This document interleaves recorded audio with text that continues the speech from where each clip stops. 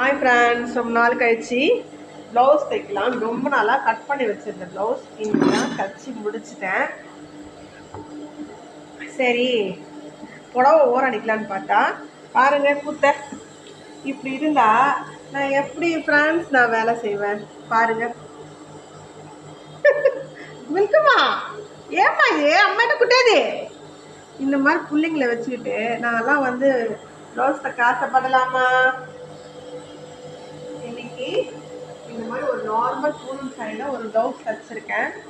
இன்னும் கொக்கி தைக்கணும். அதுக்கப்புறமா இதெல்லாம் எம்மிங் பண்ணணும். நார்மல் சிம்பிளாக ஒரு யூ கட் ப்ளவுஸ். இது ரொம்ப நாள் வாங்கி வச்சு கட் பண்ணி வச்சுருந்தேன். சரி, இன்னைக்கு தைக்கலான்னு எடுத்தா இந்த பசங்க கூத்து பாருங்க. இப்படிப்பட்ட பிள்ளைங்களை வச்சுட்டு நான் எப்படி தைக்கிறது?